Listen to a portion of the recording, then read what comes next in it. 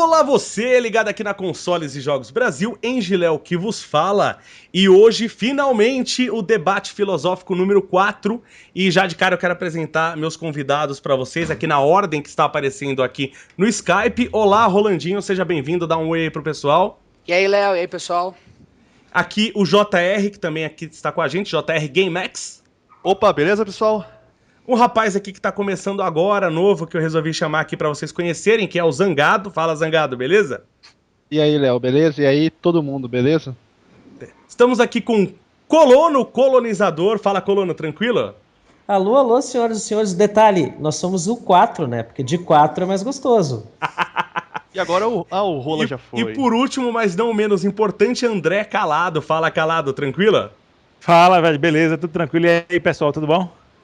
Todos os participantes aqui já são conhecidos do YouTube. Você que não conhece algum deles, vai ter aí na descrição do vídeo o canal de todo mundo para você conhecer. Só olhar aí na descrição do vídeo. E no debate filosófico de hoje nós vamos falar sobre violência. Vocês já estão acostumados com o tema violência? Tem algum problema com violência? São violentos? Estão aptos a falar sobre violência aí, todo mundo? Cara, eu fico com medo de falar de violência porque depois eu não durmo de noite. Então, perfeito. Nós vamos falar aqui hoje sobre violência, esse é o tema do nosso debate. Violência não necessariamente relacionada a jogos, vamos entrar nesse assunto também, tentar Todos relacionar... os tipos, né? Todos os tipos. Todos os tipos, até violência Inclusive, sexual. surra de pau mole, pra deixar o Léo bem manso. O Zangado é especialista, ele tava me falando aí, tá sempre mole. Mas vamos lá, pra começar, eu quero fazer uma pergunta pra vocês que escolhem aí quem que resolve responder primeiro, quem já tem alguma opinião formada sobre isso. Já que vamos falar sobre violência, eu sempre tive uma dúvida sobre violência. Tem muita gente que diz que o homem ele é fruto do meio onde ele vive. Então, se ele mora em um local violento, ou ele mora em com uma família violenta, ele vai ser violento. Então, tem gente que diz que o homem é fruto do meio onde ele vive, e tem gente que diz que o homem já nasce, que a criança já nasce com uma predisposição para o bem ou para o mal. O que eu queria saber de vocês, se vocês acham que o homem, ele já nasce com uma predisposição, um cara que nasce já com um gene pra ser mal, ele vai ser mal e não adianta você fazer nada, ou se quando a criança nasce, quando um bebê nasce, ele é como uma folha em branco e conforme ele vai vivendo, conforme ele vai convivendo com a família, com a sociedade, ele pode ser mais violento ou menos violento. O que vocês acham? Nasce com a predisposição ou é fruto do meio onde vive? Quem começa? Vamos por ordem alfabética, vai, André, Colono... Fala aí, Calado, o que você acha? Beleza. Cara, assim, eu acredito piamente que primeiramente, nós somos produto de tudo. Não é só do meio, não, é de um conjunto de coisas. Agora, eu acho que existe, sim, a pessoa que nasce com o espírito de porco, entendeu? O chamado farinha azeda, que ele nasce realmente e o cara, se você der uma palhinha pra ele, ele vira o cão, entendeu? Agora, evidentemente, ele pode acabar... com a criação, com a educação e tudo mais, tornar-se uma pessoa que tenha isso sob controle, algo do tipo assim, entendeu? Mas que existe aquela pessoa que nasce ruim e dificilmente, por si só, se torna boa, eu acredito assim. Você, seguindo a ordem alfabética, você concorda, Colono? Existe uma predisposição genética? Ou você acha que a criança nasce como uma folha em branco e aí a sociedade vai escrevendo nela? Cara, eu concordo com o que o Calado falou, sim. Mas eu acho que as duas afirmativas são válidas, cara. Acho que tudo depende bastante dos fatores de ambientação da criança, uma educação ajuda bastante, mas também existem pessoas que já têm essa predisposição. Eu acredito que as duas afirmativas são bem válidas mesmo, cara. Inclusive, eu conheço casos de pessoas... de crianças com uma família incrível que tem uma leve psicopatia na sua índole, cara.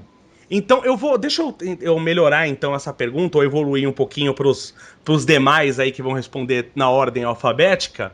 Então, se a pessoa nasce com uma predisposição genética, do jeito que vocês estão falando, o quanto essa predisposição genética influencia? Se uma pessoa nasce com uma predisposição genética pro mal, se ele viver num mosteiro lá, ele vai ser uma pessoa má, mesmo que ele só tiver influências boas? Quanto que isso influencia, ô JR? Vamos pra você por ordem aí.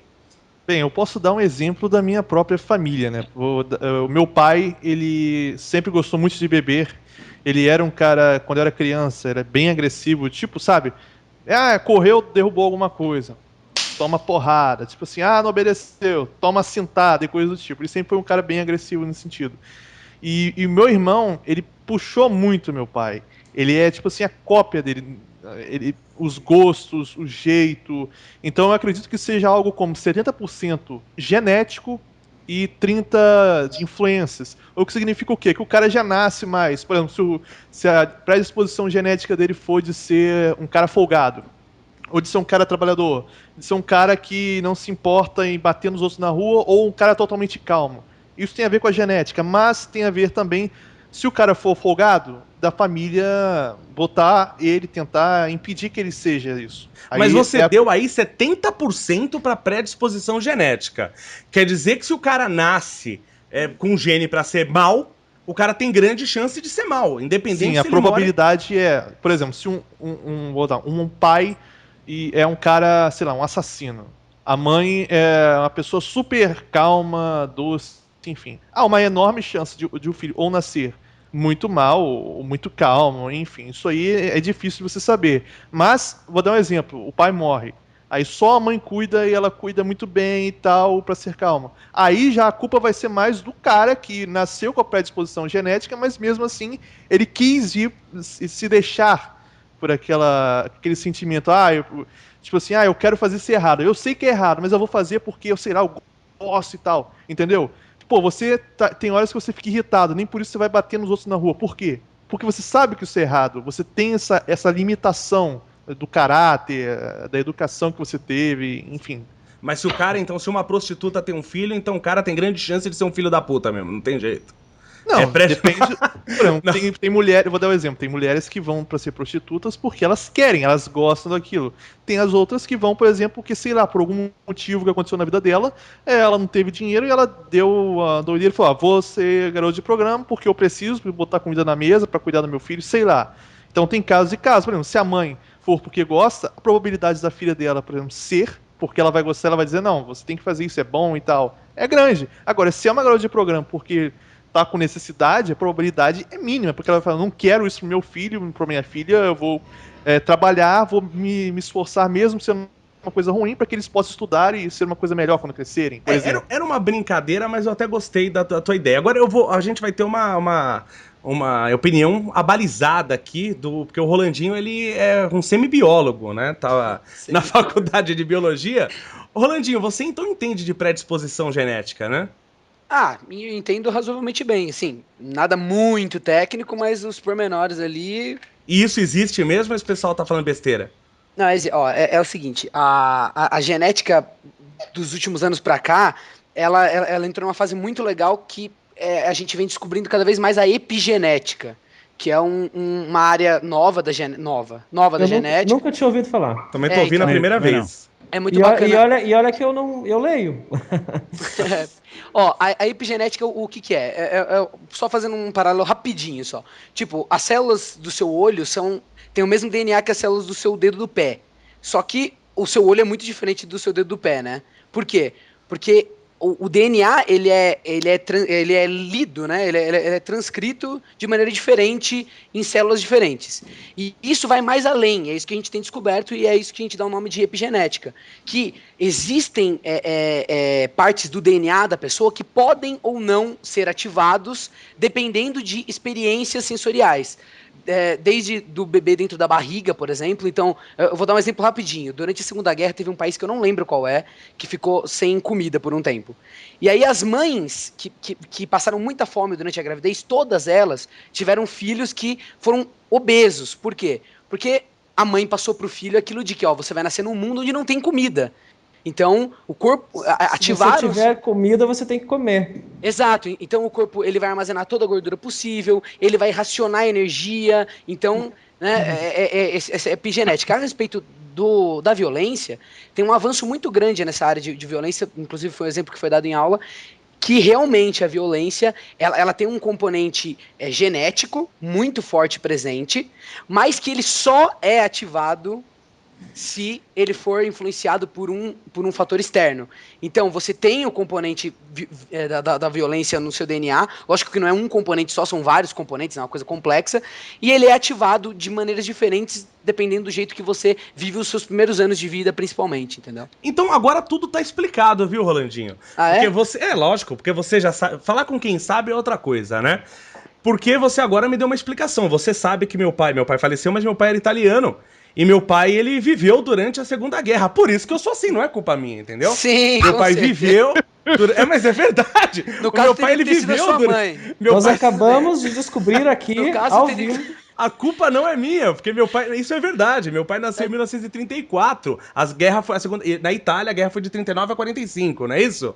A Segunda Guerra. Meu pai viveu durante a Segunda Guerra. Ele, moleque, criança, ele fazia a troca, né, de comida, a cebola, a carne, ele contava com soldados. Então tá aí, ó, tá tudo explicado. Muito Com obrigado, certeza. viu, Rolandinho? Estou com a Ó, eu só consciência quero- muito mais tranquila agora. Eu só quero colocar uma coisa rapidinho. Esse fator, ele tem que ser um pouco ameno, nunca vai ser 70%, por exemplo, porque, tipo, se fosse 70%, isso seria uma tendência tão forte que isso ia trazer ou uma vantagem ou uma desvantagem e ia dominar a população como um todo muito rápido, Eu entendeu? concordo. Não, assim, nunca, essas questões que são genéticas, mas alguns têm, alguns não, elas têm que ser muito amenas, porque se for uma coisa muito acentuada, acaba dominando a população toda. 70% é um valor muito alto, por exemplo. Que inclusive só o dando um exemplo que eu dei foi por causa do meu irmão. Pra essa pessoa, meu irmão, eu diria que 70%, porque Sim. ele é idêntico. Pra outra pessoa, talvez não.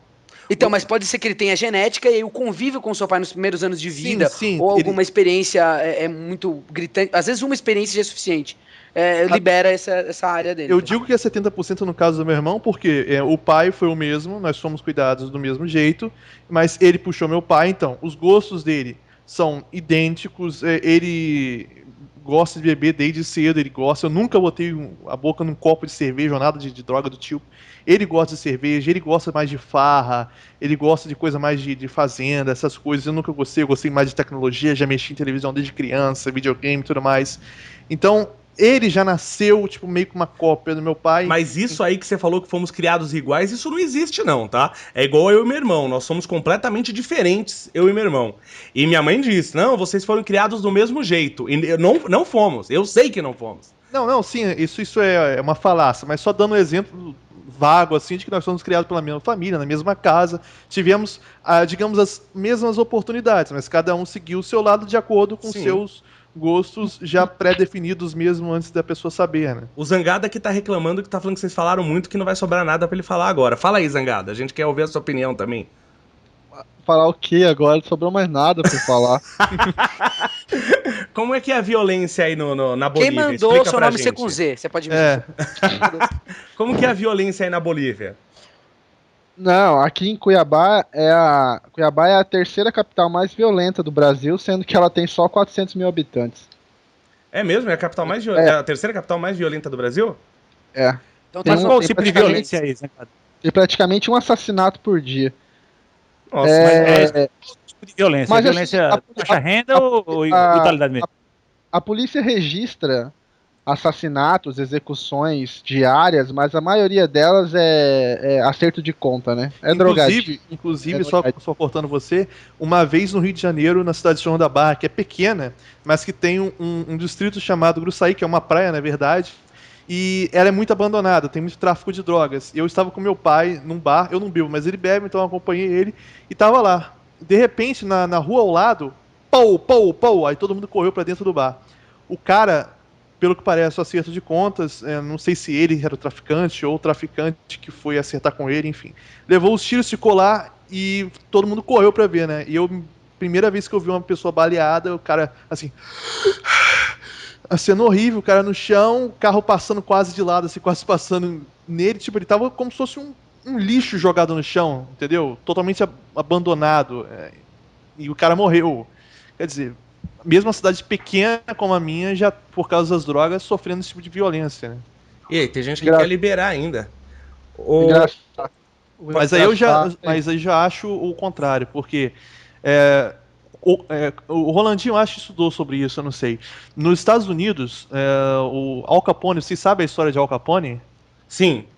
Por que ele existiu? Por que aconteceu? Porque era proibida a bebida. Sim. Bebida que muitos daqui bebem. Eu não bebo, mas muitos daqui bebem, acham normal, inclusive. Eu acho ruim, mas não vou falar que, por exemplo, você é um drogado, porque tudo bem.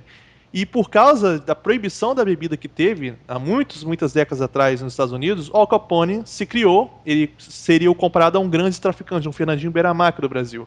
E muitas pessoas morreram, o crime proliferou, aí depois, com medidas da polícia, com a liberação da venda de bebida, isso foi se acalmando. O que significa que não adianta, certas coisas não adianta, é ruim, mas você tem que combater como? Na força? Não exatamente, talvez a educação funcione muito mais. Sempre. Mas onde tem demanda, vai ter oferta. É a mesma coisa aqui, por que tem tanta pirataria? Porque o governo reprime tanto, né? Não deixa chegar jogos aqui, não deixa as empresas terem um imposto justo para trabalhar, então, mas as pessoas querem comprar. Né? Então você tem uma demanda, aparece uma oferta em forma de pirataria. Só para sair um pouquinho dessa parte, para eu fazer o Zangado falar um pouquinho, que ele tá muito quieto, eu vou partir para uma outra pergunta e não vou chamar por ordem alfabética não, senão fica muito parado. Quem tiver alguma coisa para falar, fala, tá? Ô Zangado, me responde uma coisinha aqui, que isso também é uma dúvida minha. Eu tenho a minha resposta, a minha ideia sobre isso, mas eu queria saber a sua opinião, tá? Eu queria saber se você acha que, vamos entrar agora no tema jogos, tá? Violência nos jogos. Você acha que um jogo violento, ele torna uma pessoa violenta, ou é o contrário? As pessoas violentas é que buscam jogos violentos? Jogo, filme, seriado, novela, tudo tem um dedinho de influência na violência, mas quando eu era criança, eu sempre fui nervoso, né? Os apelidos Zangados não é à toa, eu sempre fui bem nervoso mesmo. Então quando eu era pequeno e eu tinha meu Super Nintendo, eu jogava Super Mario, ou jogava aquelas fases mais difíceis do primeiro Donkey Kong, por exemplo, contra 3, e aquelas fases que eu empacava e eu morria. Esses jogos não são violentos. Contra 3 até pode ser pra época, mas Mario e Donkey Kong não são violentos. Então quando eu empacava em um jogo, perdia muitas vezes na mesma fase, eu tinha meus ataques de raiva, entendeu? Eu jogava o controle na parede, Nossa. eu gritava, eu dava murro na almofada, eu mordia o controle. Você mordia a fronha também, não? Quando não tinha ninguém perto, né? Quando não tinha ninguém perto. Porque se eu tinha noção de que se meus pais vissem, testemunhassem uma cena dessa, eles iam tomar o videogame de mim. Eu Mas acho eu que tinha todo esses mundo aqui ataques já de- teve. Mas você Vontade de jogar o arrumava controle briga no na chão. escola, ô Zangado? Arrumava. Eu não tenho um canino por causa de briga da escola. Um Caralho. dos meus caninos eu não tenho. Eu brigava, fui expulso de escola por causa de briga. Eu brigava direto. Já apanhei de várias pessoas ao mesmo tempo. 5, 6 caras bateram em mim sozinho. Mas Eu apanhei de 7 uma vez. Dizem que é número de mentiroso, mas eu apanhei de 7. Caramba! eu já apanhei bastante, já bati bastante também. Mas eu sempre tive esse impulso de ataque de fúria. Que isso daí meu pai tem, eu infelizmente herdei isso dele. Esses ataques de fúria. Então isso não vem do videogame, isso vem do seu pai. Não, porque eu jogava Mario e ficava enfurecido. Mario, o que Mario tem demais? Com aquela música calma, com aquelas fases bonitinhas e eu lá surtando, jogando. E eu, como eu tava falando, vontade de jogar o controle no chão, acho que todo mundo já teve. Tipo assim, caramba, que droga, vontade de jogar no chão. Mas eu nunca joguei, já tive vontade. Eu já quebrei uns vezes. 6, já, eu acho. Não, eu agora tava com vontade de quebrar esse Tetrobit no chão todinho, mas não quebrei. Mas por que eu não jogo? Por que eu não jogo? Olha aquela coisa que eu falei, a coisa que impede. Porque eu sei que é caro, eu sei que não ia dar de nada, que eu depois ia ficar, puta merda, tô sem controle pra jogar agora. Então é a mesma coisa do caráter. Por que eu não vou na rua quando eu tô irritado e saio dando porrada em todo mundo? Por quê? Primeiro, caráter, porque eu não sei que isso é errado, não vou ser um imbecil de fazer isso. Segundo, que se o cara não sabe lutar, ele vai levar uma porrada e aí vai parar no hospital. Então, enfim, são coisas que vão te impedindo de fazer as coisas erradas. Então, mas é por isso que eu acredito na componente genética da violência. Eu acredito que tem gente que tem mais predisposição genética pra ser violento, do jeito que tem gente que tem mais predisposição genética pra engordar e gente que tem mais predisposição genética pra ser magro. Eu acredito, mas no caso da predisposição genética para o comportamento, eu acho que nós somos seres tão tão conscientes, né? Nós somos animais, mas animais racionais. Eu acho que a gente tem um intelecto tão evoluído em relação aos animais que eu acho que essa componente genética contribui pouco.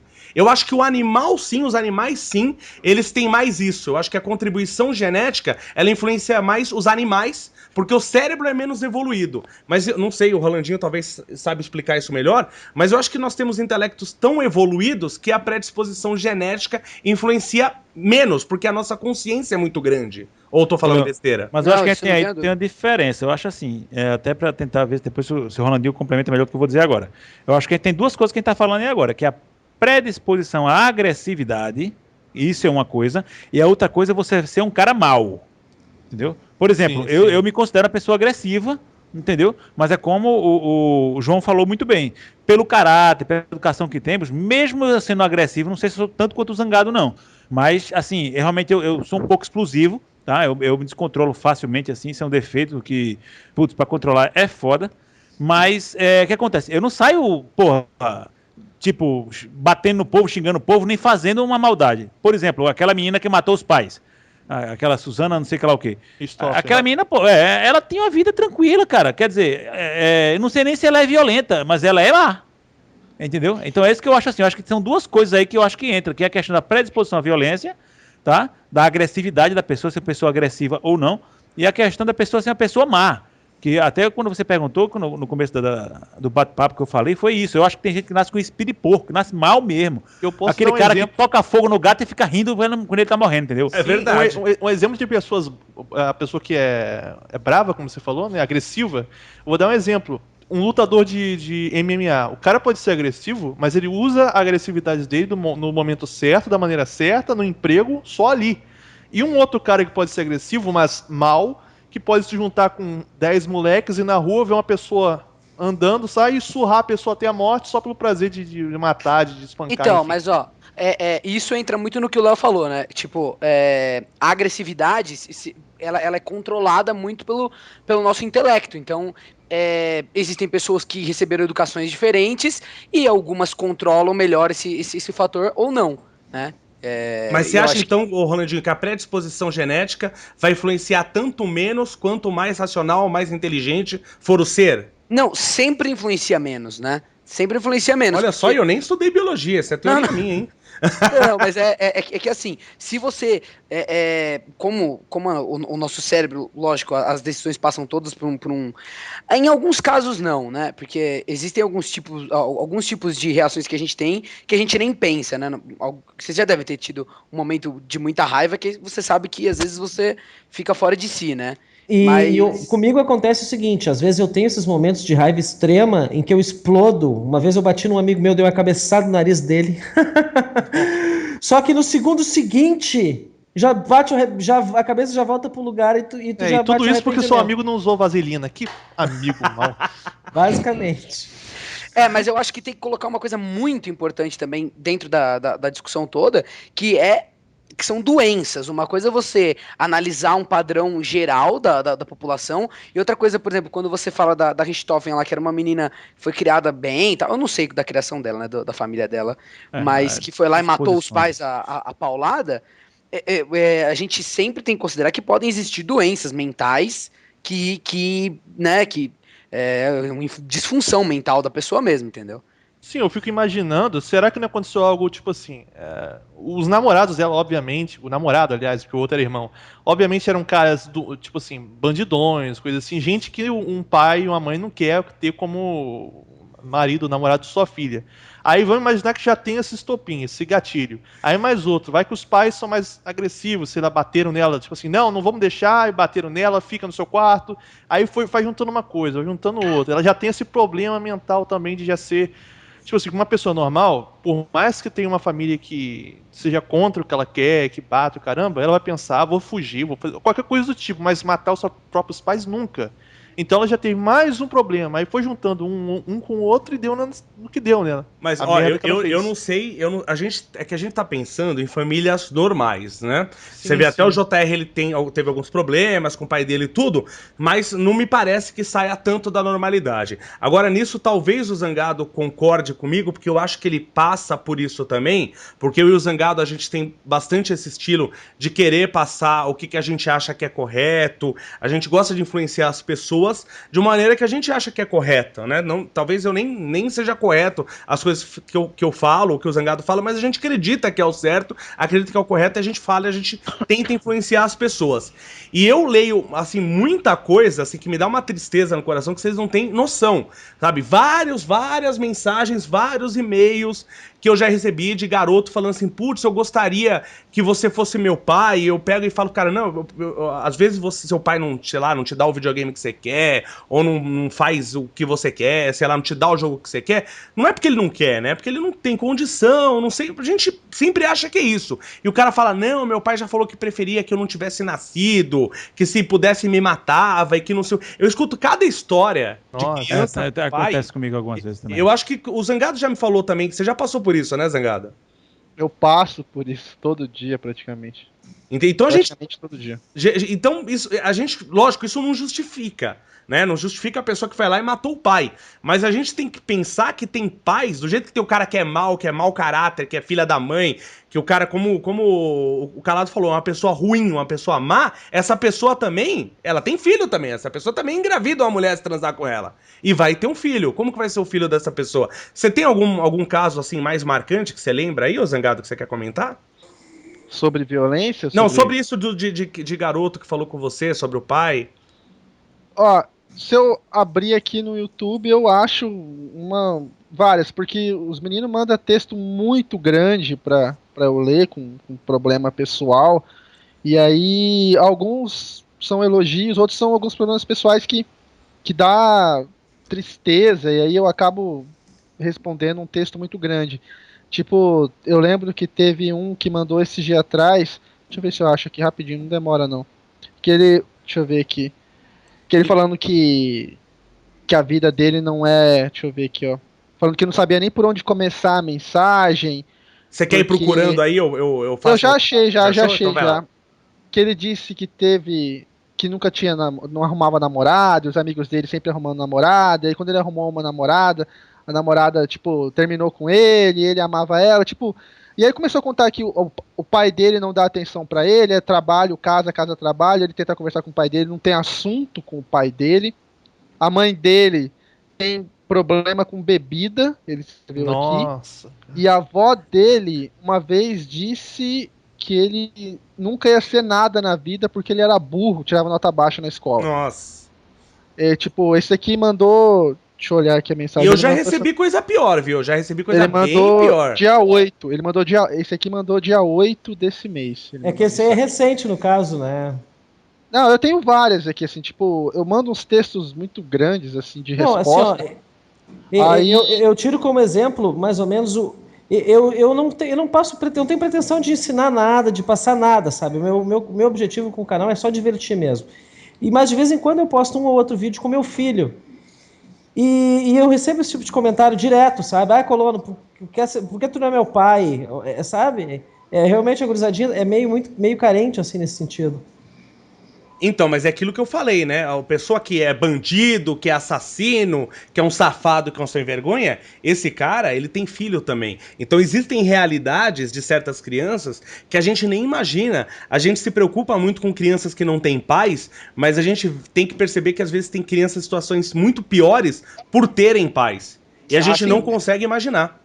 Sem É dúvida. porque fica muito branco no preto você falar, essa pessoa virou um bandido porque nasceu com a genética ou porque ela teve uma má criação. É muito branco no preto você falar isso. Não, eu detesto essa conversa. Desculpa eu te cortar, ô JR. Eu acho que é o seguinte, a gente tem que assumir um pouquinho também responsabilidade sobre as nossas coisas, entendeu? Não, sim.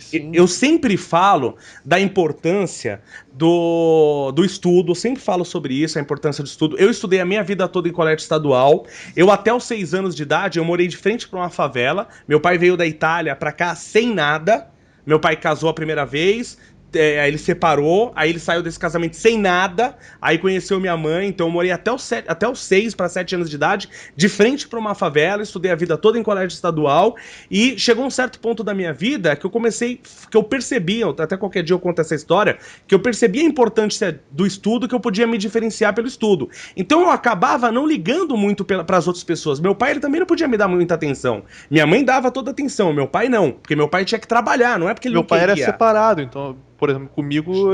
Já é um caso anos. diferente, né? Sim. Mas no meu caso não, que meu pai tinha que trabalhar e minha mãe estava sempre comigo. Mas o tempo que meu pai tinha comigo, ele, lógico, sempre fez tudo por mim, não posso falar nada disso sobre ele. Mas eu acho assim, quando você começa a estudar, e é engraçado estudar, quando você começa a pegar o gosto pelo estudo, é uma coisa, eu digo que é engraçado por quê? Porque quanto mais você estuda, mais você percebe que você não sabe nada. Porque cada coisa que você vai estudar é um mundo de coisas. Ah, eu vou estudar, sei lá, vou estudar sobre a madeira. Quero aprender sobre a madeira. Na hora que você vai pegar na madeira, você vai, a madeira que tem aqui, que vem extraída da árvore, e a árvore é um compósito de lignina e de fibra e de não sei o que. Aí você vê que existe um mundo de coisas dentro daquilo e que cada coisa, vou estudar lignina. Aí tem um mundo de coisa dentro daquilo, aí você percebe que você não sabe nada. Mas o que é legal de você ir estudando, de você ir sabendo cada vez mais? Isso vai te dando confiança. E isso sai do quê? Da humildade burra que brasileiro tem.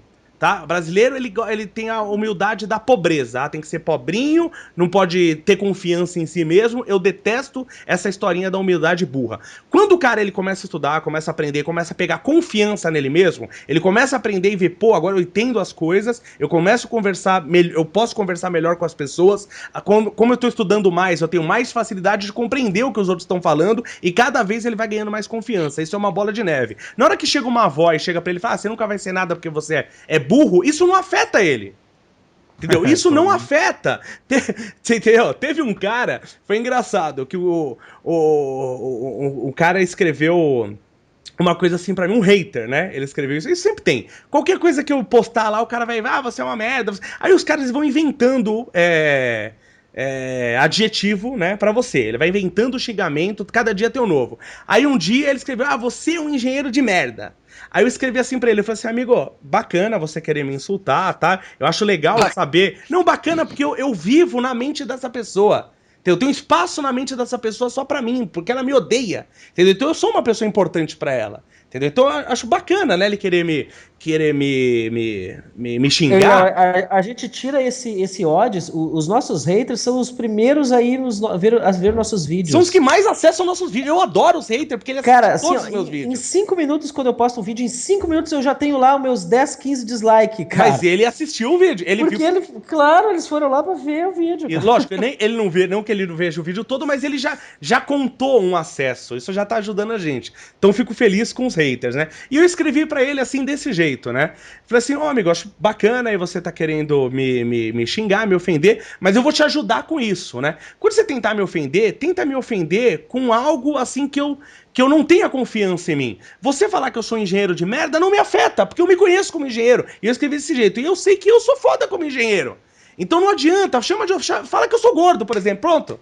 Entendeu? Fala isso, aí talvez me ofenda. Mas se falar que eu sou burro ou que eu sou viado, isso não me ofende. Aí até um cara escreveu lá embaixo.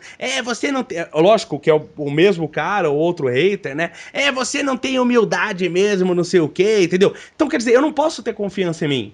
E você ter confiança em você é ótimo. Eu cheguei onde eu tô por eu ter confiança em mim. Por que isso te ajuda? Porque as pessoas sempre estão esperando muito... Mesmo sendo gordo, né? Mesmo sendo gordo. As pessoas sempre estão esperando muito de você. Então, quando você ocupa uma posição que eu ocupo, é engraçado, porque as pessoas sabem que você é bom no que você faz. Agora eu tô falando eu como engenheiro. Então, lógico, as pessoas têm raiva de você. E por isso também muita gente tem inveja e tem raiva. E elas estão esperando um tropeço seu. E você não pode se dar o direito de tropeçar. Então você tá sempre estudando mais e sempre melhorando graças à inveja dos outros. Então isso é uma bola de neve. É legal quando você entra nesse ritmo, porque você vai ser cada dia uma pessoa melhor. E se o cara quiser chamar... Eu gosto de usar o exemplo do Tony Stark no filme Avengers, né? Quando o Capitão América pergunta, tira essa armadura, o que você é? Fala, eu sou um bilionário, eu sou um gênio, eu sou isso ou aquilo. E até o cara colocou aquela mensagem no Facebook e falou assim... Bilionário, playboy, filântropo... e sei lá mais o que, né? Aí até um cara escreveu, colocou essa imagem, né, com esse texto e escreveu assim no Facebook: foda-se a sua incompetência disfarçada de humildade. Entendeu? Porque eu acho que não existe nada mais arrogante do que a pessoa que fala em humildade. Porque o cara quer usar o fato de ele não ser nada, de não ter conseguido nada, ele quer usar o fato de não ser nada pra dizer que é melhor que você. Não tem nada mais arrogante do que isso. Ô, Léo, eu acho que tem uma dificuldade aí no pessoal entender o conceito de humildade, né? Ele pensa que humildade é ser pobre. E não é. Humildade é você não se gabar. Humildade, pra mim não é nem isso, tá? Eu acho assim, hoje a gente vive num mundo que o marketing é importante. Então na hora que você tá numa empresa, que você faz um trabalho bem feito, pra você se manter na empresa e crescer na empresa, não é importante só você fazer um trabalho bem feito. É importante que as pessoas saibam daquele seu trabalho também. A propaganda é um negócio. Isso. Então, quem tá na indústria, quem trabalha sério, né, sabe dessa importância. Então a gente tem que tomar cuidado com isso. Pra mim, humildade é respeito. Tem gente que fala, assim, se você é respeitoso comigo, eu sou o cara mais respeitador do mundo. Se não é, filho, então vamos ver quem é que sabe bater mais, tá? Agora, deixa eu perguntar agora uma coisinha aqui, voltando pro assunto da violência, perguntar pro Colono, que ele tá mais quietinho aí.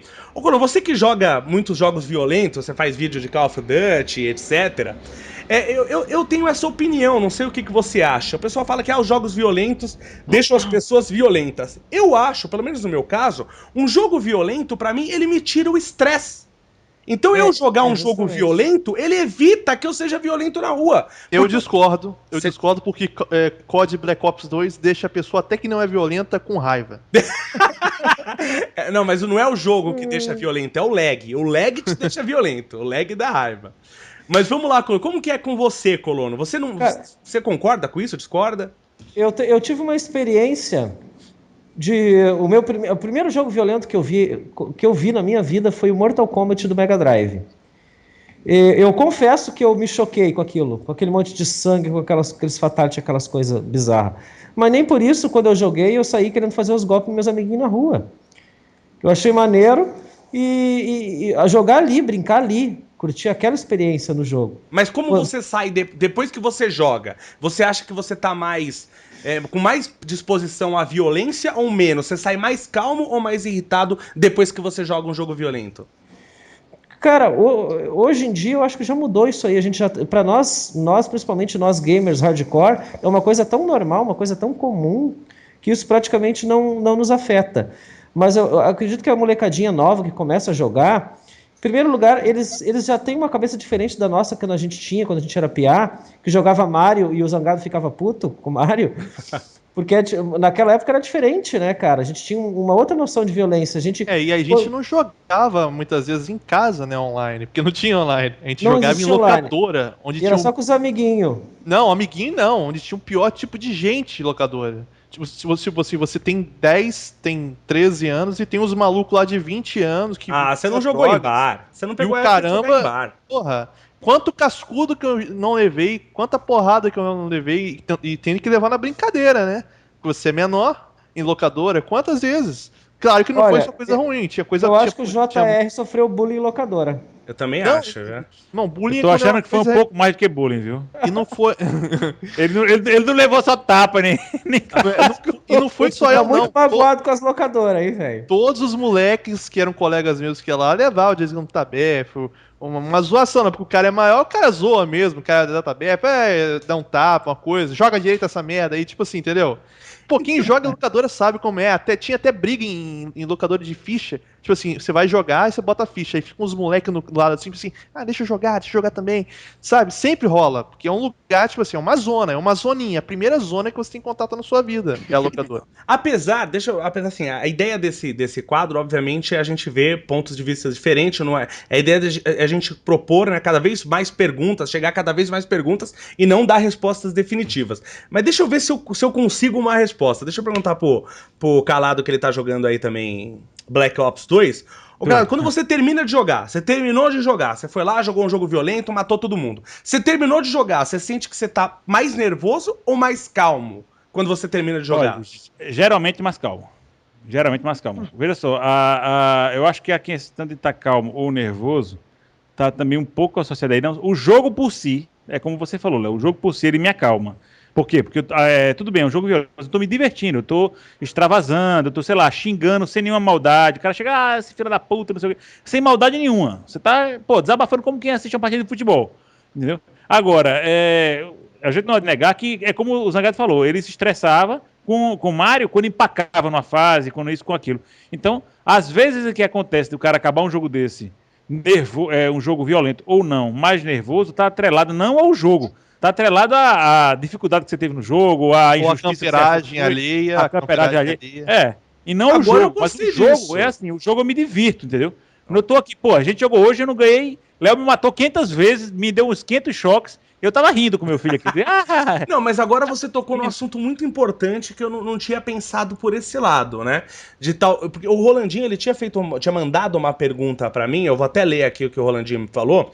Ele pergunta assim, né? Seria a maior imersão proporcionada pelo videogame um fator contribuinte para o mesmo influenciar mais psicologicamente do que a TV? Bom, Rolandinho aqui tá dizendo, ou tá perguntando, né, falando que o videogame, talvez influencie mais do que a TV, as pessoas, pelo fato de o videogame ser interativo, né? Você não tem mais dificuldade ou menos dificuldade na TV, você tá assistindo um programa e pronto. Num jogo não, você pode ter uma dificuldade maior ou menor. Aí eu vou até perguntar pro Zangado, que tem esses acessos de raiva, aí arrumou briga. Até o Zangado me contou que teve uma vez que você levou um pau de 4, não foi, Zangado? Você tá, pergunta. Não, por que você ficava nervoso jogando Mario? Era porque você não conseguia passar a fase? Qual que era o problema com o Mario?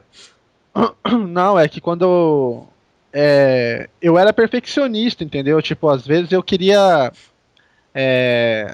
estabelecia metas, assim, pra jogar, por exemplo. Eu já tinha zerado o Mario e às vezes eu falava que ia passar aquela fase em menos tempo. Tipo, eu tentava superar o que eu tinha feito anteriormente. Tinha um jogo também que chamava Super Punch Out, que era, bom, hein? Que era um jogo de boxe, tem até pro Nintendo Wii também, é mó da hora. E eu cheguei num ponto, assim, que eu chegava a nocautear. Eu lembro que o primeiro era o Gabi J. Eu lembro que eu nocauteava o Gabi J em 5 segundos. E aí o Baobu, que era o boss do primeiro negócio, ele nocauteava o cara em 12 segundos. Eu tentava sempre decorar os ataques do cara, dar um counter e tentar superar. E quando eu não conseguia, eu ficava irritado, frustrado comigo mesmo por não ter conseguido fazer aquilo dali. Mas no caso você tá usando o exemplo de um jogo violento. No caso de um jogo... Não. No caso do de um Mario jogo não era violento. questão de passar. Donkey Kong, era aquelas fases que tinha que jogar com o Rambi, com o Peixe-Espada, com o Enguarde lá, e aí a dificuldade era um pouco alta das fases do Donkey Kong 1 e o 3, eu acho que são os que tem as fases mais difíceis. O 2 tinha uma outra fase que era mais difícil. Essas fases que eu morria demais, eu me irritava. Mas o que te deixava nervoso, então, era você não conseguir o que você queria. Isso não tem nada a ver com a violência do jogo, é isso? Tipo, isso eu levei a vida inteira. Tipo, quando eu não consigo fazer alguma coisa, eu fico bastante irritado. Na época de faculdade mesmo, que eu estudava para passar de concreto, e estudava igual um louco pra matéria, chegava na hora da prova, tirava 2, 3. Na hora lá, eu tinha vontade de espancar o professor, entendeu? Isso na faculdade? Só quem faz engenharia que sabe o que é isso, né? Estudar igual um desgraçado e tirar 2. Nada disso, nada disso. Que em bioquímica a média foi 1,5 da sala, hein? Vai se ferrar. Eu tinha vontade. Mas aí eu acho que a sala que era fraca, né, não, Léo? Porque, meio que o pessoal... então beleza. Eu vou mandar algumas coisas de bioquímica pra vocês lerem. Não, mas isso é um ponto importante, porque eu li um estudo uma vez que falava que um dos catalisadores da raiva, um dos catalisadores da ira, me faltou a palavra agora que eles usam, mas era o quê? Quando você tinha uma perspectiva quebrada. Entendeu? Quando você idealizava alguma coisa e não conseguia alcançar. A frustração, no caso, né? Isso. A frustração, perfeito. A frustração era um dos catalisadores da da ira. E eu vejo muito isso na internet, né? Às vezes você vê a pessoa faz lá um canal no YouTube, não consegue crescer, por exemplo, ele fica com raiva de todo mundo. E se a pessoa for assim com tudo, ela vai ter raiva de tudo. O que eu acho errado é a pessoa não perceber a culpa dele. Por exemplo, eu quero, sei lá, eu quero fazer estrelar eu sou fã do Rambo, sou fã do Sylvester Stallone. Eu quero estrelar o novo filme do Rambo. Se eu não entrar numa academia, ficou forte pra caramba. Se eu não estudar bastante inglês, falar inglês fluente pra fazer o vídeo lá, eu não vou estar capacitado pra esse cargo. O que acontece? Às vezes a pessoa cria uma perspectiva, ele não faz o que se exige dele pra ele conseguir aquilo que é alvo do desejo dele, e depois se frustra por algo que é na cara que ele não vai conseguir. Se eu chegar lá agora, do jeito que eu quero fazer o seu novo ator do Rambo, é óbvio que vão falar que não. Eu não tenho o direito de me frustrar. Eu poderia me frustrar se eu entrasse numa academia, ficar 3 anos lá, ficar super bombado igual o Stallone, treino inglês, faço Diaba 4, faço aula de teatro, aí chego lá e não consigo. Aí eu até tenho algum direito pra ficar frustrado. Por que eu tô falando tudo isso? Porque eu vejo assim, nas redes sociais hoje, eu vejo que a internet, ele é um lugar de muita raiva, muita expressão de raiva e violência. Vocês devem perceber isso, né? A internet não tem mais violência na internet do que na vida real. Ou alguém já falou pra vocês os absurdos que falam pra vocês pela internet? Alguém já falou pra vocês pessoalmente? Olha, eu, pelo menos, levo na minha vida o seguinte: tudo, absolutamente tudo que eu falo na internet, eu falaria na vida real. Até por isso eu me controlo e sempre falo o que eu falaria na vida real. Porque tem gente, tem pirralhinho de 10 anos que falaria pro Chuck Norris: seu otário, eu te como na porrada, você é um merda, você é um lixoso. Tem muito. Eu já escrevi isso que você falou várias vezes no Twitter. Eu sou exatamente desse jeito. Eu até fiz uma campanha uma vez brincando no Twitter, né? Não faça na internet o que você não faça na vida, você não faria na vida real. Entendeu? Então acho que todo mundo aqui já passou por isso, né? Então, assim, eu tenho uma pergunta pra vocês, né? Uma pessoa que ela age violentamente na internet, motivada pelo quê? Pelo anonimato, claro, na internet ninguém sabe que ela é. Mas uma pessoa que acaba pegando esse costume de agir violentamente na internet, ela pode incorporar isso no caráter dela e se tornar uma pessoa mais violenta fora do ambiente virtual? Com certeza. Esse pessoal mascarado aí, tudo perigoso, bicho perigoso, tem que estar na cadeia.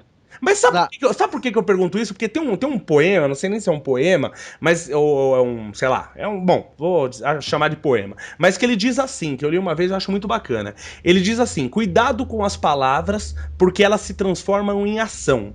Cuidado com as suas ações, porque elas se transformam em hábitos. Cuidado com os seus hábitos, porque eles moldam o seu caráter, e cuidado com o seu caráter, porque ele controla o seu destino. Isso aí é do Paulo Coelho. É do Paulo, não sabia. De acordo com esse poema, o que você fala até na internet pode o quê? Se tornar algo que você vai virar fora da internet, né? Pode influenciar no seu caráter realmente. Só que eu, particularmente, não sei vocês, mas eu não vejo isso na internet. Porque eu escuto um monte de baboseira na internet e, pessoalmente, ninguém fala nada. Então eu acho que o medo da pessoa é maior do que a raiva dela. Vocês não acham isso ou eu tô viajando?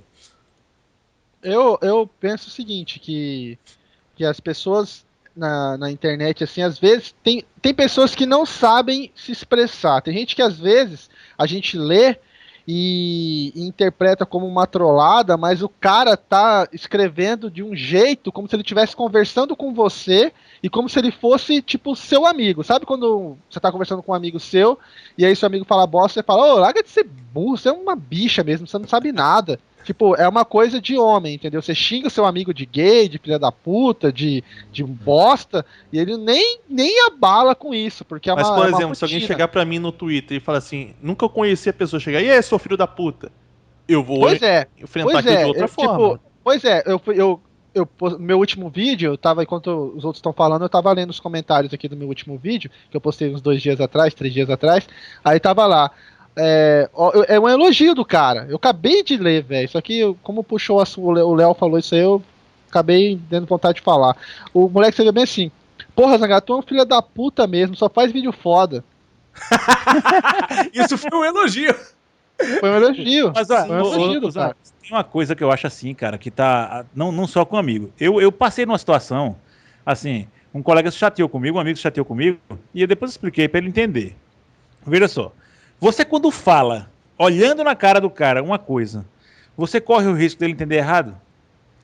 Aí você imagina você escrever uma palavra, certo? Pois então, tem gente que Aí não é que sabe tem um risco diferenciar. certo, irmão. Tem gente que não sabe diferenciar a escrita da palavra. A pessoa tem gente que fala, escreve como fala. Aí vem aquele tal de não, aquele não N-A-U-M, né? Não veio não, veio não. Sim, porque são linguagens completamente diferentes. Porque ao vivo você pode se explicar, pô, eu não entendi. Pô, você entendeu errado, tipo assim, é assim que eu quis falar. No texto, não, é definitivo. Você falou e depois você vai fazer uma resposta sobre aquilo que você falou de errado.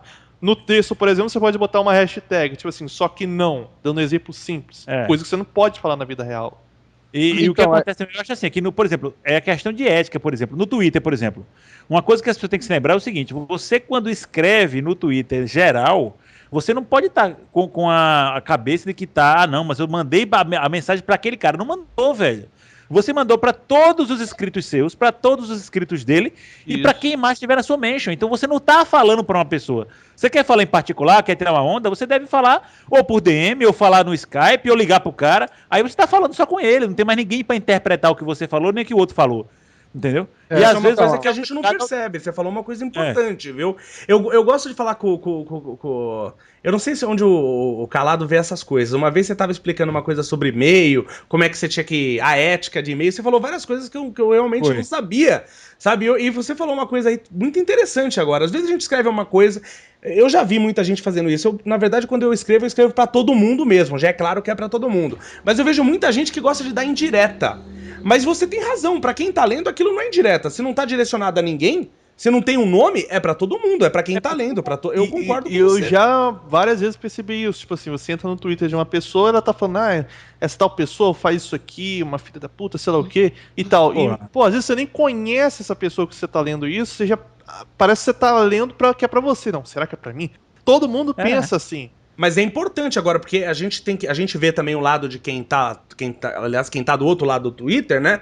Mas a gente tem que ver a nossa responsabilidade também, né? Como formadores de opinião, o que a gente tá escrevendo. Isso é importante que você falou. Nunca tinha pensado por esse lado. Eu vou só perguntar uma outra coisinha pra vocês, né? Ligando esse assunto. Aqui no Brasil a gente tem uma violência muito estranha, que eu não vejo muito em outros países. É uma coisa bem característica do Brasil, que eu chamo de violência contra a virtude. Talvez porque no Brasil, eu digo que o Brasil nós não temos exemplos.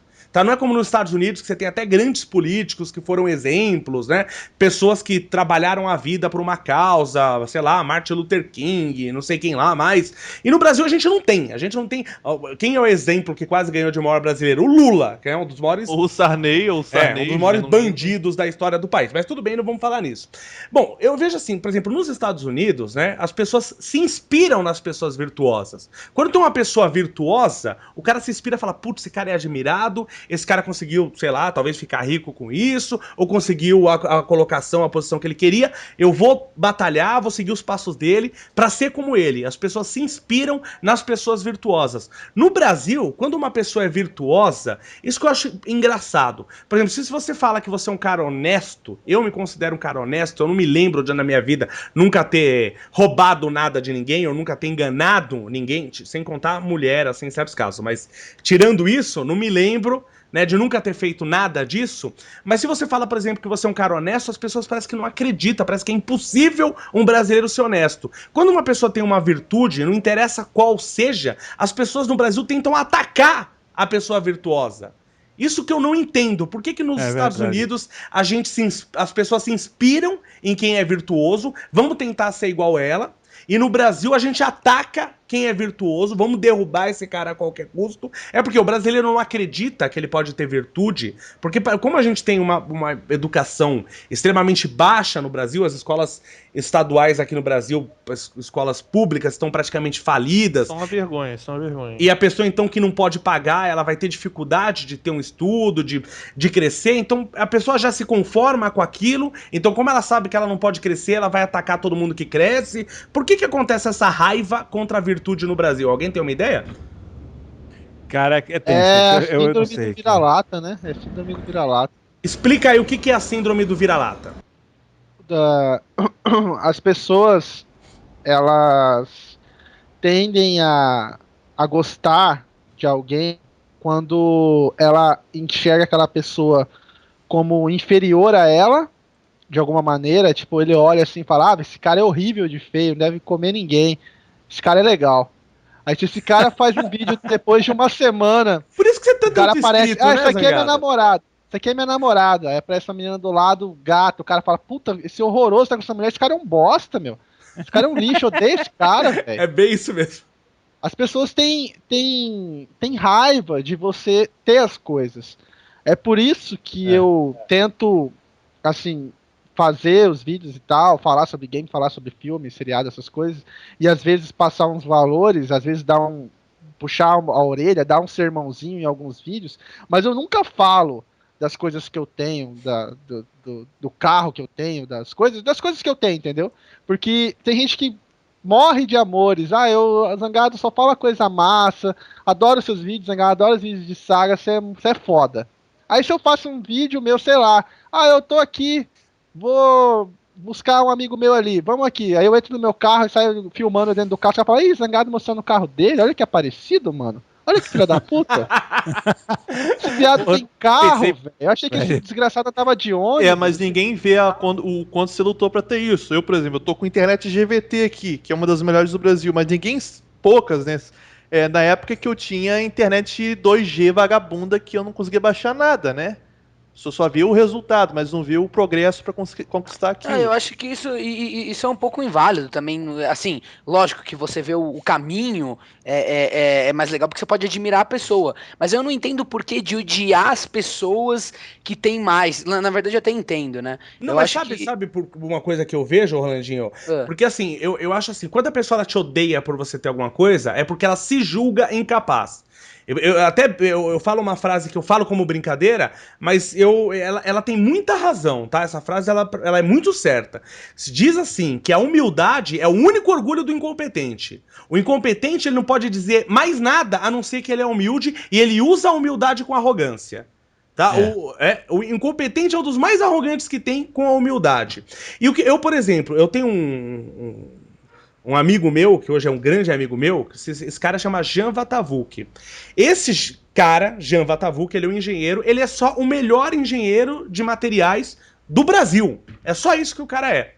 Eu tive a oportunidade de conhecer esse cara não sei porquê, ele gostou de mim, ele sempre me ensinava, porque ele via que na época que ele era meu professor, ele via que só eu prestava atenção, e só eu que entendia o que ele falava, ele acabava que dava aula ali, mais quase particular ali pra mim, e eu fui lá... Opa, calma aí! Confissões de adolescente. Não, mas aí que tá. E eu, assim, eu comecei a admirar esse cara, porque esse cara, ele é um gênio. Esse cara, além de ele ter muito conhecimento, ele é um gênio. E hoje até, ele dá aula no mesmo lugar onde eu dou aula, e as pessoas brincam, né? Porque como o pessoal gosta da minha aula, os alunos gostam muito de mim, meus alunos se destacam, né? Pelo conhecimento que eu passo pra eles. Então o pessoal sempre brinca quando eu chego lá, olha o filho do Jean, olha o filho do Jean. Só que assim, é um cara que eu olho pra ele e falo assim, pô, eu quero ser como esse cara. Eu vou estudar, eu vou trabalhar, e eu quero ser como esse cara. Só que por que eu então peguei amizade e gosto desse cara? Porque eu vejo que eu posso ser como ele. Agora, se você olha pra um cara que você vê, puta, o cara é foda, mas eu não posso ser igual a ele. Aí você fica com raiva do cara. Então eu acho que quando você tem raiva de uma pessoa sem motivo, eu acho que você assume um pouco também a sua incompetência e a sua inveja com essa pessoa. Lógico que eu invejo essa pessoa, eu queria ter a genialidade que ele tem, mas eu vejo que eu posso chegar onde ele tá. Eu vejo esse potencial em mim. Você torce por ele, inclusive? Eu torço por ele, lógico, tudo que eu posso ajudar ele, eu ajudo. Aliás, por todos os meus amigos. Eu quero que meus amigos sejam os mais ricos possíveis. Tem um livro que ensina como você ficar rico, que ele fala assim, lógico que isso é uma palhaçada, não leva isso a sério, mas ele fala, a primeira coisa pra você ser rico, não ande com pobre. Ele fala assim, né? A primeira coisa que ele fala. Isso, lógico que isso é um absurdo, né? Mas ele tem uma certa verdade em que sentido? Se você quer ser um cara bom, você tem que andar com os melhores. Eu acho um absurdo quando às vezes eu vejo um vídeo na internet de um cara lá que, pô, o cara não sabe falar, o cara não tem estudo, o cara não tem conhecimento nenhum, o cara mente num monte de coisa, o cara inventa histórias sobre os outros, e mesmo assim tem gente que segue esse cara. Que tipo de fila da mãe esse cara vai querer ser pra seguir um cara desse? Eu vou seguir um cara que é melhor do que eu. E não precisa ser melhor do que eu, sei lá, como engenheiro. Eu gosto do vídeo, eu gosto de ouvir lá o que o Rolandinho fala. Porque o Rolandinho, ele tem um conhecimento numa área que eu não tenho. E eu gosto de saber sobre tudo. Então eu gosto de falar com ele, porque ele tem uma informação que pra mim é prazerosa eu ouvir. Eu quero saber, então eu admiro ele nisso. Não é que ele é melhor que eu ou que eu sou melhor que ele, mas eu entendo bastante uma coisa e tem outra coisa que ele entendia ou não. E eu quero saber também. Eu gosto de saber sobre tudo. Então não sei se vocês concordam comigo, não é? Você não se assume um pouquinho a incompetência quando você cria ódio por alguém, só por a pessoa ter um status ou estar numa condição que você não alcançou? Sim. Não, pode falar. Não, tranquilo. Segue. Não. Se a pessoa odeia outra simplesmente porque ela tem uma coisa que ela queria ter e ela não consegue, aí perdeu totalmente o sentido daquilo. Se você odiar uma pessoa, por exemplo, vou odiar um político. Por quê? Por causa das atitudes dele, porque ele é um safado, ou porque ele quer fazer uma lei que proíba tal coisa que não faz sentido, quer censurar, por exemplo. Isso pra mim é um motivo válido. Eu ser contra as atitudes de uma pessoa, agora, eu odeio aquele político. Por quê? Porque aquele político tem uma casa boa. Vou odiar dele por isso? Ô, JR, mas o que eu acho curioso, e aí o Léo puxou o assunto do Brasil, acredito que em outros países seja assim, mas a gente sabe que o Brasil é assim porque a gente mora aqui, né? Mas realmente eu sinto isso, Léo, que as pessoas aqui elas são meio arredias com exemplos, né? Acho que a gente ficou tanto tempo sem ter bons exemplos, que hoje em dia, quando surge alguém que poderia ser exemplar, as pessoas ficam meio com o pé atrás, no sentido de, quem que você pensa que você é pra você poder ser exemplo? Entendeu? Certeza que esse cara aí, na minha cidade, como é cidade pequena, né, tem muita droga. Eu acho que é um problema de cidade menor, assim, que a galera é perdidona nas drogas, né? E normalmente quando alguém da cidade começa a ficar melhor de vida, começa, né, a ter um carro melhor, compra uma casa, a galera fala, tá no tráfico, porque tem que ser alguma coisa errada, né? O cara não pode ter feito... Pode, mas é que tá, porque o Brasil não dá condição pra pessoa crescer. A pessoa que cresce aqui, ela tem que crescer por ela mesma. Eu tenho muita vontade de trazer... Eu vou ainda gravar um vídeo com um amigo meu, que assim, nós nos conhecemos, sei lá, há 25 anos que a gente se conhece, e quem visse eu e ele com 8 anos... ia falar, nossa, esses dois não vão dar em nada. Esses dois vão virar, sei lá, drogado, não sei o quê. Estão dando em muita coisa. Não, como eu falei, eu até dos 6 para os 7 anos, até quase 7 anos eu morei de frente para uma favela, né? Estudei a vida toda em colégio estadual. Esse amigo meu, ele com essa idade, ele trabalhava numa banquinha vendendo doce, criança. Entendeu? E estudava também em colégio estadual, estudou comigo. E tem toda uma história que eu acho bacana contar. Esse cara virou diretor de uma grande, né, empresa, né, Pensei multinacional. Que ia dizer assim, não, esse cara virou traficante de uma grande favela. Mas, cara, ele cresceu por ele foi atrás, ele trabalhou, ele pagou os próprios estudos, ele se empenhou em estudar, mas o Brasil não te dá em condição para isso. Um outro país, a Europa, Estados Unidos, te dá condição. Então o cara vê possibilidade de crescer. Aqui no Brasil o cara tem que se esforçar muito para ele crescer. Ou o cara se esforça muito e bate naquela parede que ele tem que ultrapassar, ou então ele sabe assim, vou virar corrupto, vou dar uma propina aqui, o cara me dá uma parceria com a prefeitura e aí minha empresa cresce. Ou o cara se esforça para pular aquele muro, ou então ele usa lá uma propina para comprar uma escada. E a maioria eu acho que faz isso, né? Pega a escada. Então por isso que as pessoas não acreditam na virtude. Agora, assim, a gente tá quase estourando o tempo, então deixa eu perguntar outra coisa pra vocês. Já sair um pouquinho da violência, vamos pro lado oposto, tá? A gente tá discutindo a violência, vamos discutir um pouquinho a bondade. Alguém tem algum conceito? Eu vou dar uma ideia aqui pra vocês, pra gente discutir, mas antes de eu dar ideia, eu queria perguntar primeiro. Alguém tem um preconceito ou um conceito do que é a bondade? Alguém definiria a bondade aqui? Sim, se importar com os outros e não agredir se você não for agredido seria, acho, um conceito mais básico, né?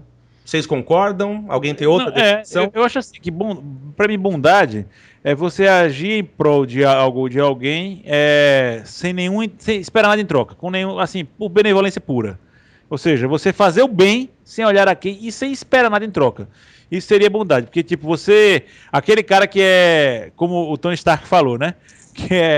Que faz doações e tudo mais, na esperança de comprar a vaga no céu, entendeu? Esse cara não é bom, velho. Não tem nada de bom. Sim, ele só tá querendo o fruto, o resultado. Mas a ação é boa, mas ele não é bom. Eu nem acredito, assim, eu acho que a gente pode idealizar uma bondade dessa, mas eu acho que mesmo que bem sutil, mas sempre que a gente faz alguma coisa, a gente sempre tá esperando alguma coisa em troca, entendeu? Mesmo que uma satisfação psicológica. Eu Eu concordo com com o Rolandinho nesse sentido porque o meu conceito de o que é bondade pra mim é mais simples ainda. É simplesmente agir da forma que tu queria que agissem contigo. Eu acho que essa é uma boa definição. Isso tem uma componente filosófica nisso aí, porque tem o outro lado depende disso também, né? Por exemplo, o colono disse que adora que ajam com ele dando chicotadas. Eu não gostaria. Agora, deixa eu... Sabe por que eu cheguei nesse assunto da bondade? Porque Aristóteles, ele faz uma comparação bem legal, né?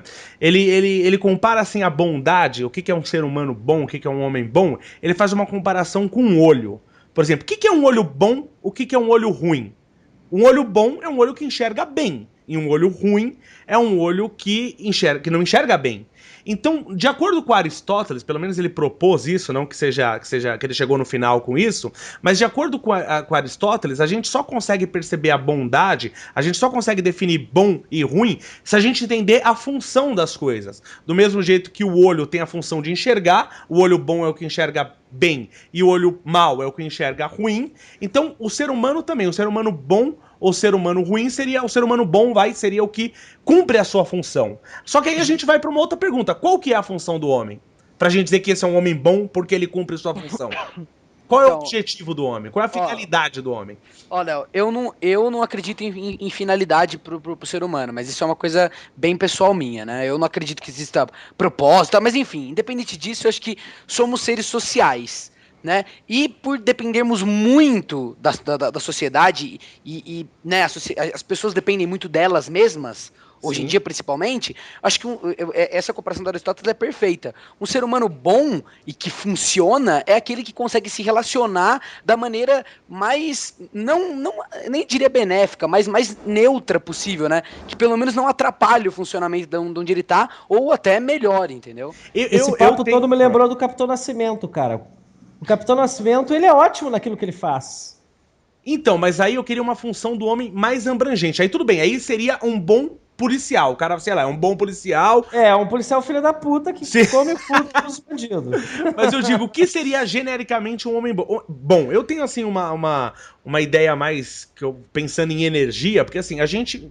Feliz ou infelizmente, a gente vive... Mas aí que tá, no caso do Capitão Nascimento, Capitão Nascimento é filosofia pura, olha só.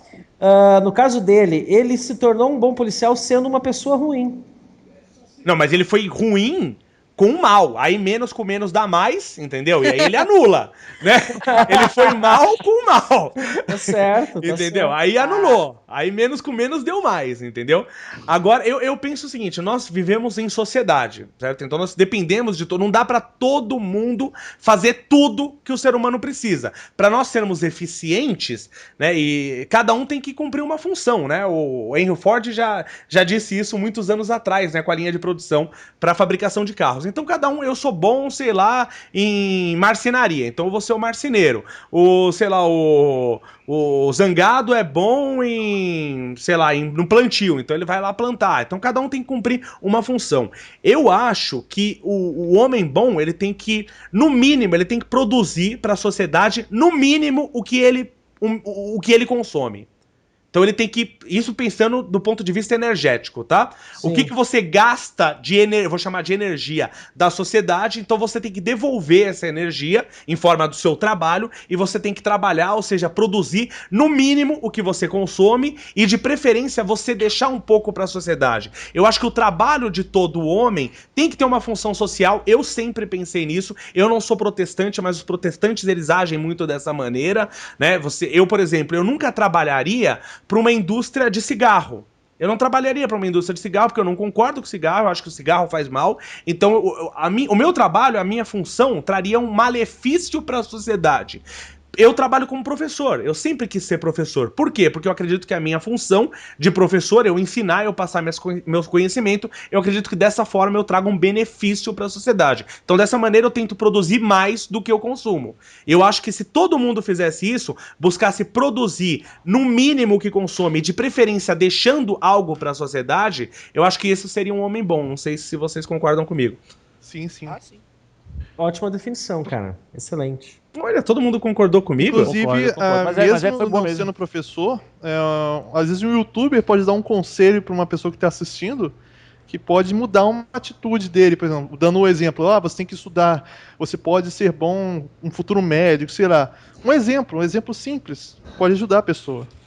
JR, você agora falou uma coisa fantástica. Olha só, eu peguei um exemplo de uma coisa. A pessoa associa, por exemplo, o troll a uma pessoa ruim. Não. O troll, da maneira que a gente fala no YouTube, por exemplo, a trollagem, não é uma coisa negativa. O problema é que as pessoas trollam negativamente. Trollam como? Xingando, agredindo. E isso não é trollagem, isso deveria ser chamado de outra coisa. Porque eu peguei e vi um exemplo de uma trollagem construtiva que eu achei fantástica, que o Edu fez ao COD Black Ops. A dublagem do Black Ops.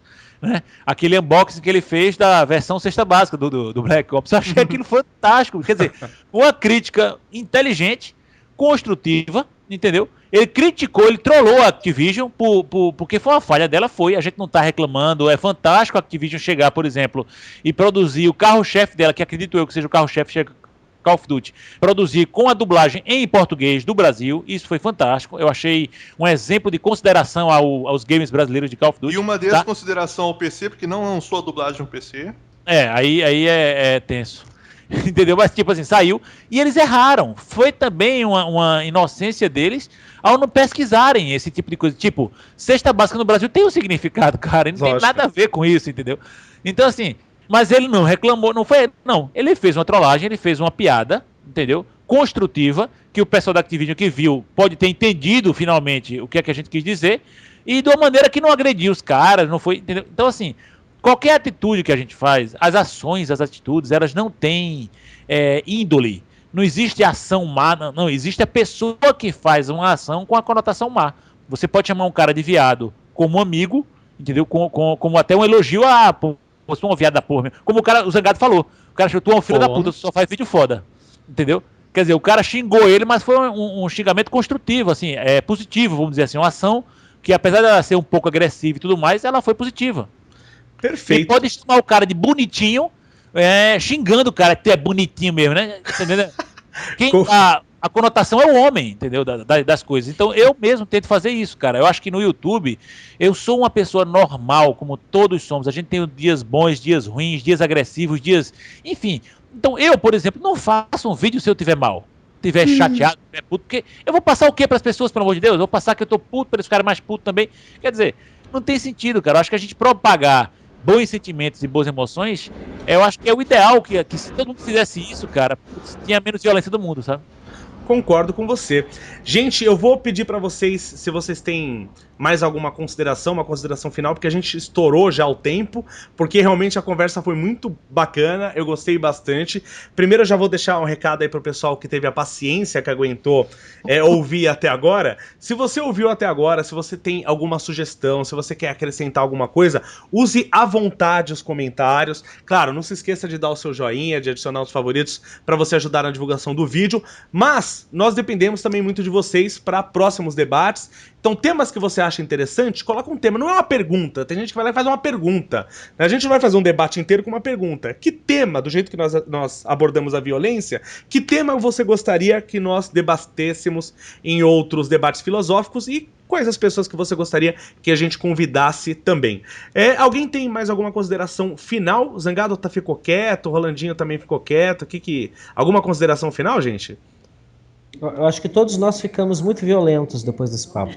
Eu me assustei com vocês, viu? Essas histórias dessas brigas de vocês, porque eu sou um cara nervoso, mas até porque eu lutei muito tempo e aprendi como machucar as pessoas, eu evito o máximo arrumar uma encrenca. Inclusive, o Léo me contou uma história, que eu não vou dar detalhes aqui, que uma vez ele imitou uma coisa que ele aprendeu nos videogames, que vocês sabem que no Street Fighter 2 tem aquela parte onde você tem que dar porrada no carro, arrebentar o carro. Disso, E o Léo teve uma batida de trânsito ali e saiu dando porrada no Shoryuken no carro. Foi a única vez que eu fiquei nervoso na minha vida, foi esse dia. A única vez que eu fiquei nervoso de verdade na minha vida foi assim, mas tudo bem. Isso é história pra outro podcast. Já que você falou de... Eu vou contar uma historinha rapidinho pra gente terminar.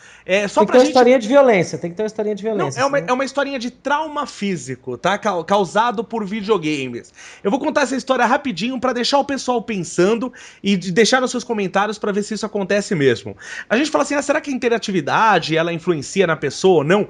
Eu tenho um trauma físico até hoje por causa de videogame. Vocês podem não acreditar, mas eu tenho. Eu lembro até hoje, eu moleque, criança, eu jogando Quackshot no Mega Drive. Pô, que jogo bom. É muito bom esse jogo. E difícil, tá? Pra época eu era criança. E eu lembro, tinha uma parte que a gente tava... Não conseguia... Lembra até como se fosse ontem. Você deve fazer, sei lá... Mais de 15 anos, com certeza, eu lembro como se fosse ontem. Tinha uma parte que você tinha que pular, tinha os bloquinhos voando, né? O jogo antigamente tinha maneira de ter bloquinho voando no espaço. Tinha os bloquinhos voando, você tinha que pular de bloquinho em bloquinho. Você tinha que cair certinho em cima do bloquinho. Só que o bloco, ele era invisível. Ele só aparecia quando você pulava e chegava perto. E a gente sofreu nesse jogo e não tinha save game, não tinha nada. Você tinha que terminar o jogo de uma vez. E era eu e mais 2 amigos meus jogando, e eu era o melhor, então eu tentando passar de qualquer jeito, tentando pular. E eu juro pra você, eu fiquei tão tenso com esse jogo, tão tenso, que toda vez que eu pulava e eu me assustava, porque eu achava que ia cair, minha perna tremia. Isso começou com esse jogo, eu lembro até hoje. Então toda vez que eu tava no ar ali e ia pular, minha perna tremia, é uma coisa física mesmo, a perna tremia, minha perna direita geralmente. Isso acontece até hoje comigo. Toda vez que eu tô em algo alto, que eu vou pular, é muito normal minha perna tremer. E eu lembro, eu não sei se foi nesse dia que aconteceu, mas é a primeira vez que eu lembro disso acontecer. Foi um jogo que eu fiquei muito tenso tentando terminar, e eu fiquei com esse trauma físico até hoje por causa de um jogo. Não sei se vocês acreditam em mim ou não. Hein, Léo, então se qualquer jogo da série do Alan Wake, do Uncharted, tu fica com a perninha tremendo o tempo todo. Não, Uncharted não, porque não é uma coisa assim de... É quando tem umas coisas meio assim, sabe? Você vê um infinito lá embaixo, aquele penhasco que você não vê... God of War 3. Por exemplo, quando eu tenho que dar uns saltos. É uma coisa muito estranha isso, mas isso acontece comigo. E eu não tenho medo, assim, eu jogo jogo eu não tenho medo de altura. Aliás, pelo contrário, eu já fui em lugares... Eu já fui na Chapada Diamantina aí, que a gente pulava de pedra altíssima, né, na água. Eu não tenho medo de altura, é só no videogame. Se eu tiver que subir num lugar altíssimo, eu subo. Mas só no videogame que isso acontece comigo. Léo, eu não sei porquê. Oi. Léo, desculpa, eu sei que é pra terminar. Eu só quero fazer Vontade, claro. Rapidinho. Que quando vocês estavam falando de violência nos jogos, eu não falei tudo que eu queria falar. Só falando que eu acho assim, seria desonestidade intelectual minha falar que eu acho que o videogame tá no mesmo patamar que, sei lá, os filmes ou, sei lá, as novelas, enfim, porque eu não tenho como saber isso. Notoriamente, eu acho que pela imersão, esse exemplo que você deu foi excelente, o videogame afeta as pessoas de maneira diferente que um filme ou uma novela. Mas eu acho que, independente de qualquer coisa, a educação e o controle dos pais e uma educação, em primeiro lugar, consciente, conhecer o seu filho, tal, vai sempre passar por cima de qualquer uma dessas coisas, né? E eu acho que nos próximos anos vão ter muitas pesquisas ainda a respeito disso e a gente vai ter respostas mais concretas. Mas que eu acho engraçado quando conversa sobre esse tipo de coisa, a galera fala, não, como? Se um filme não influencia, mas óbvio que existe uma diferença, a gente não sabe se isso influenciou ou não, mas existe uma diferença, né? Vocês concordam? Sem dúvida, existe uma diferença. Existe uma diferença. Gente, então, alguém mais um comentário final aí? Sim, eu estou comendo uma pizza agora. Então, ótimo. Então, eu agradeço muito a presença de todos vocês. Rolandinho, JR GameX, Zangado, Colono e Calado. Como eu já disse, o canal de todos eles está aqui na descrição do vídeo. Você que duvido não conhecer algum deles, mas você caso não conheça, olha aí na descrição que tem o canal de todos. O vídeo, todos fazem vídeos sobre jogos. O vídeo de todos eles são uma bosta. Vocês vão odiar, mas tudo bem. Brincadeira. Pior de nós aqui é o Zangado. Brincadeira. Ótimos vídeos. Então, gente, muito obrigado pela presença de vocês. Vamos terminando o nosso debate filosófico número 4. E só para terminar, agora de vez, eu vou deixar uma frase para vocês, já que eu falei de Aristóteles, eu vou deixar uma frase para vocês pensarem, uma frase de Platão. Tá? Platão, ele dizia que o mal não é algo, e sim a ausência de algo. Então, se você tá muito nervoso, ou você percebe que tá sendo uma pessoa má, tenta ver o que é o algo que está ausente na sua vida. Lembre-se disso. Talvez o mal não seja algo, e sim a ausência de algo. Então é isso aí, ficamos por aqui. Um abraço a todos e até o próximo debate filosófico. Valeu, galera. Fui!